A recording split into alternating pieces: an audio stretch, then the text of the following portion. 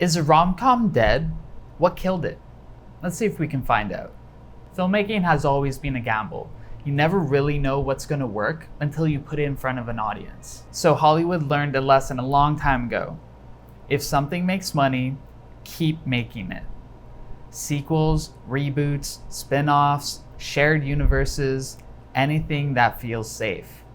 Which raises an interesting question. If Hollywood loves repeating successful formulas, why did they stop making romantic comedies? Hollywood wants to know every detail about how a film might do in front of an audience. Did they laugh when they were supposed to laugh? No. Did they scream at the scary bits? Yes. And so on. It's a ruthless business model, so it's no wonder Hollywood relies so heavily on proven IP.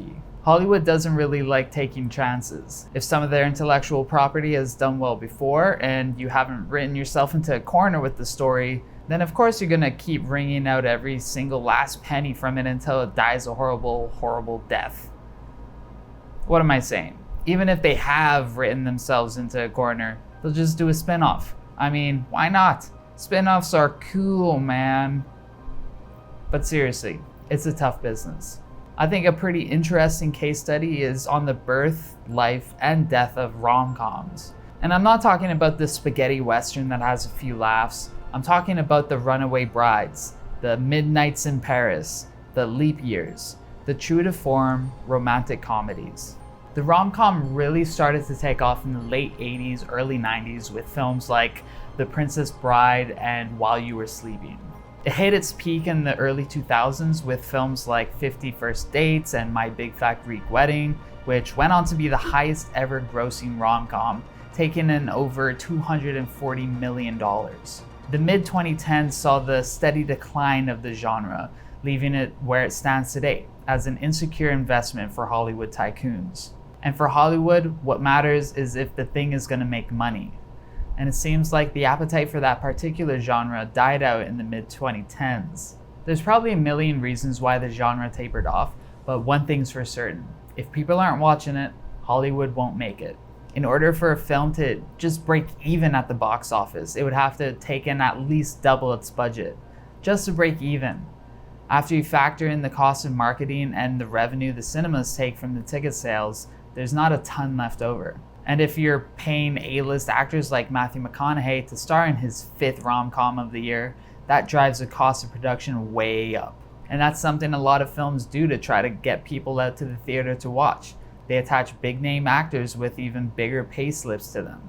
But it doesn't always work.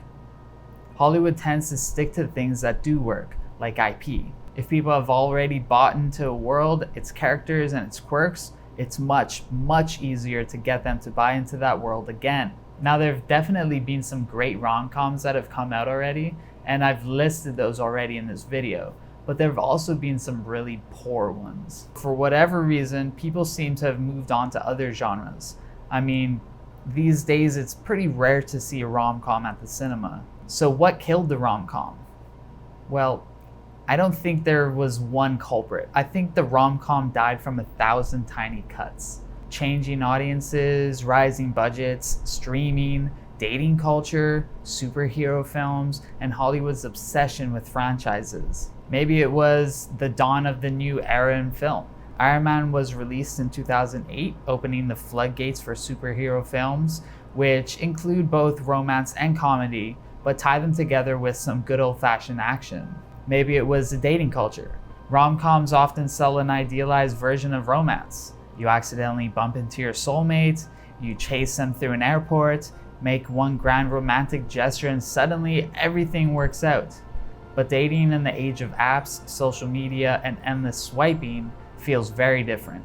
Maybe audiences simply stop seeing themselves in those stories. Or perhaps a rom-com never died at all. Maybe people are just watching them in a different way. Maybe these days rom-coms are being held prisoner by the confounds of the living room television. Netflix launched its streaming platform in 2007. By the 2010s, major studios had joined the streaming wars, vying for eyeballs with their extensive content portfolios. But every now and then, you still get the crazy rich Asians hitting the cinema. So maybe there's still a chance for them? Do you still watch rom-coms? What's your favorite one? Let me know in the comments below. And as always, if you enjoyed this video, give it a like, subscribe for more film related content and to help my channel grow, and I will see you next week.